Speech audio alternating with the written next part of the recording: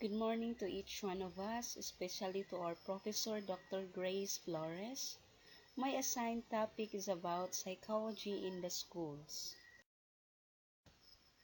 Psychology in the schools, students with special needs have long been a focus of research in educational psychology and a major recipient of the application of research to practice in educational psychology. And also it focuses on the contributions of educational psychology on understanding the school-based and developmental needs of exceptional learners. According to Binet and colleagues in France and also in United States, in the development of intelligence tests for the identification of students with exceptional needs who would benefit from special education, educational psychology has informed and addressed the needs of exceptional learners and the application of psychology in schools. School psychology is a field of psychology that is closely aligned with educational psychology, and also it is dedicated to providing for and ensuring that the educational, behavioral, and mental health needs of children are met in accordance with federal and state legislation. According to Gettinger, Brodhagen, Butler, and Schienebeck, they describe how societal events and trends have had a hand in the shaping of school psychology practice and focus over the past century, including events in the early part of the 21st century.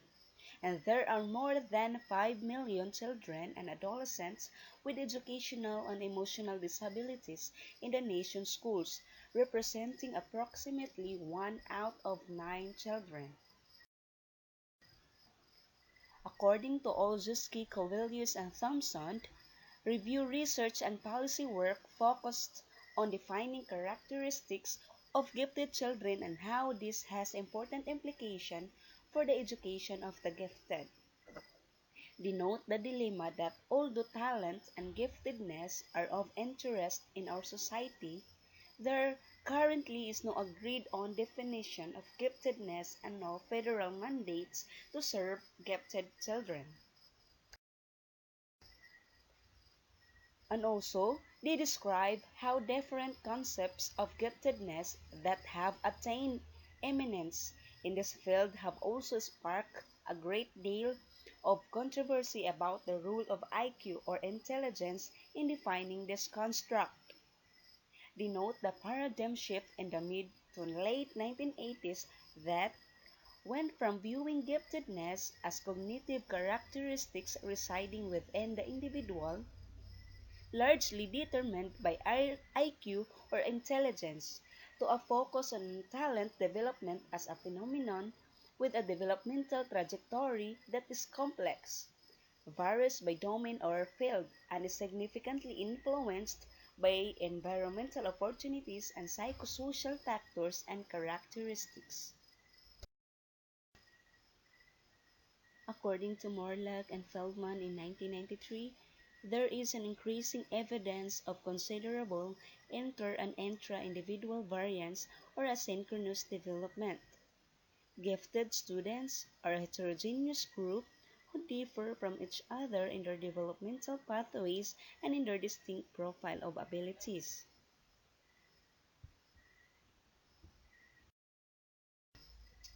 According to Stenberg and Davidson in 2005, who posits that wisdom is the most important attribute to develop in gifted individuals. Wisdom involves the application of both intelligence and creativity as mediated by values and a focus on the common good. According to Gain in 2009, with giftedness as exceptional natural abilities that, although not innate, appear primarily during the early years of children's development and demonstrate significant individual differences without any clear evidence of systematic learning, training, or practice. It is possible that one aptitude can be involved in the development of many different talents, and any talent can use abilities from more than one aptitude domain as its constituents in GAIN 2003 and 2005. School-related behavior disorders.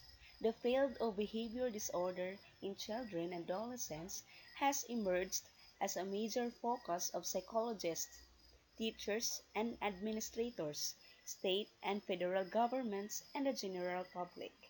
In Shane and Walker in 2010, they said the needs of children and adolescents with behavior disorders has created a greater need for intervention and adaptation than school currently can deal with effectively.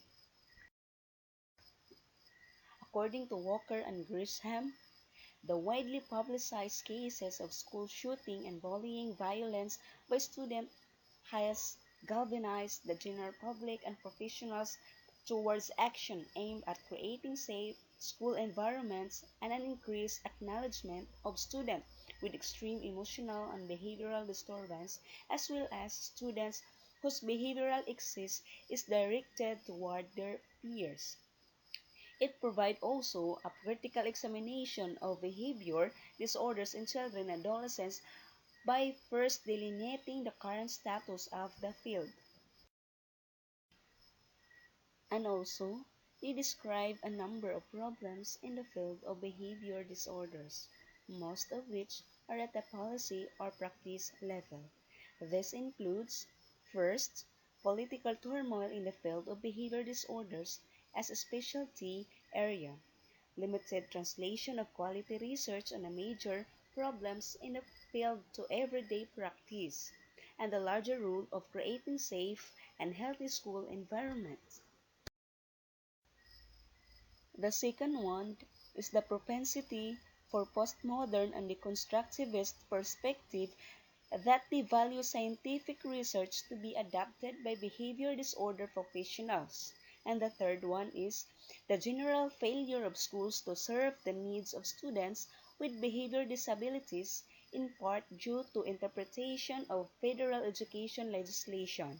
And the last one is the relative lack of attention by professionals and leaders in the field to early identification and prevention activities. Instrumental to the provision of appropriate services is the utilization of well-researched intervention for the treatment of behavior disorder in children and adolescents in school settings. That's all my report. Thank you for listening, and may God bless us all.